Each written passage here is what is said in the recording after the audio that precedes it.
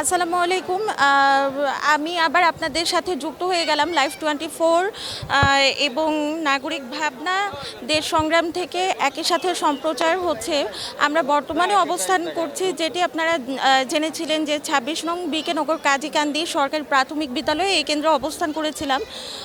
আমরা এখানকার জনমত ও এখানে যিনি ভারপ্রাপ্ত ছিলেন মাহমুদ এসআই, তার সাথেও কথা বলে আমরা তাদের মতামত নেওয়ার চেষ্টা করেছি এবং তাদের যে কোনো পরিস্থিতিতে কীরকম ব্যবস্থা তারা গ্রহণ করবে সেই সম্পর্কেও আপনাদেরকে জানানোর চেষ্টা করেছি।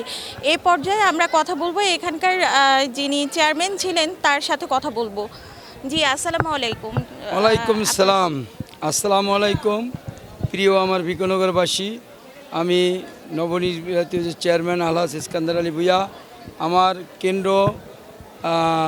কেন্দ্র নাম্বার 35, কেন্দ্র নাম্বার 35। আমি এই বিকেনগর, এই যে পূর্ব কাজীকান্দি যে আমাদের স্কুল, এখানে এই সকাল 8টা থেকে ভোট শুরু হয়েছে। আলহামদুলিল্লাহ এই ভোট একদম সুস্থ এবং নিরপেক্ষভাবে ভোট হইতেছে। কোনো গ্যাঞ্জাম ফসাদ কিছুই নাই। আল্লাহর রহমতে আপনারা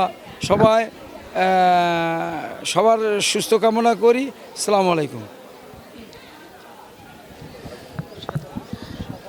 জি, আমরা এই পর্যায়ে কথা বলবো মেম্বার যিনি ছিলেন তার সাথে কথা বলবো। জি, আপনার পরিচয় দিবেন। হ্যাঁ, আমি বিকেনগর পশ্চিম কাজীকান্দি 3 নম্বর ওয়ার্ডের মেম্বার।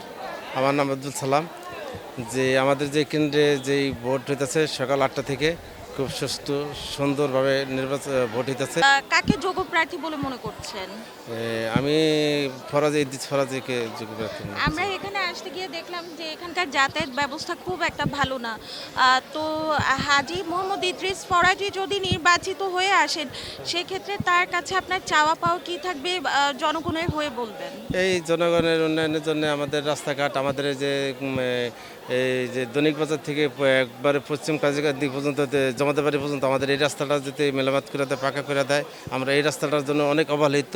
বা এই রাস্তাটা হলে আমাদের এই রাস্তা হাজার হাজার হাজার হাজার লোক চলে এবং লক্ষ লক্ষ লোক চলে এই রাস্তা দিয়ে। ঠিক আছে, এই রাস্তাটা যদি হয় এতেই আমরা অনেকটা চাওয়া পাওয়ার, এটাই আমাদের আবৃত্ত বা এটাই আমরা চাই আর কি।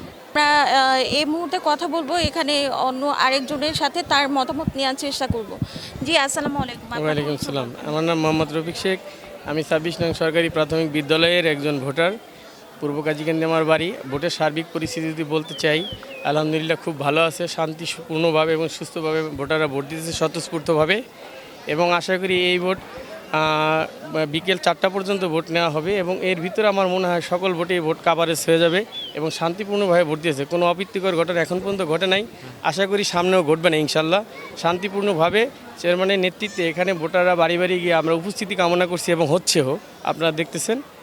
আর এটাই বর্তমান স্বাভাবিক অবস্থা আছে। আমরা চাই এই সুন্দর স্বাভাবিক অবস্থার মধ্যে ভোটটা যাতে সমাপ্তি হয়। ভোটাররা যে ভোট কেন্দ্রে আসছে, তারা কি কোনোভাবে পথে পথরুদ্ধ হচ্ছে? না না না, কোনো পথে পথরুদ্ধ হচ্ছে না এবং বাধাগ্রস্ত হচ্ছে না। সবাই যার যার ইচ্ছায় ভোট দিতে আসতেছে এবং যার যেখানে স্বাধীন, যার যেখানে ইচ্ছা সে সেখানেই ভোট দিতে পারতেছে। সুষ্ঠু নির্বাচন হচ্ছে। অবশ্যই সুষ্ঠু নির্বাচন হচ্ছে। আমি বলবো এখানে সম্পূর্ণ সুস্থভাবে নির্বাচন হচ্ছে। যদি এখানে কোনো ঝামেলা হয় বা পথরুদ্ধ করার চেষ্টা করে, সেক্ষেত্রে আপনারা কি ব্যবস্থা গ্রহণ করবেন বা কোনো ব্যবস্থা গ্রহণ করার পরিকল্পনা কি করেছেন এই সম্পর্কে একটু বলবেন। আসলে আমরা সাধারণ ভোটার, আমরা ভোটরুদ্ধ যদি পথে আসার জন্য কেউ কোনো বাধাগ্রস্ত হয়, সেজন্য আইন শৃঙ্খলা বাহিনী আছে, তারা তাদের ব্যবস্থা নেবে ইনশাল্লাহ এবং তাদের সহযোগিতা নিব। আশা করি এখন পর্যন্ত কোনো বাধাগ্রস্ত হয় না, আগামীতে হবে বলে জানি না। সামনের কতটুকু সময় আছে এই সময়ের ভিতরে।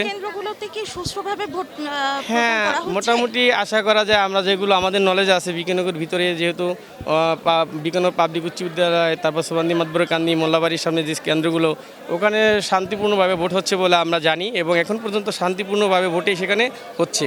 আশা করি এই লক্ষ্য, এভাবে ভোট হলে জনগণ তাদের যে কাঙ্ক্ষিত যে প্রার্থী, যে সুস্থ নির্বাচন হলে আশা করি এরা তাদের যোগ্য প্রার্থীকে বেছে নিবে ইনশাল্লাহ। গণজোয়ার কোন দিকে যাচ্ছে?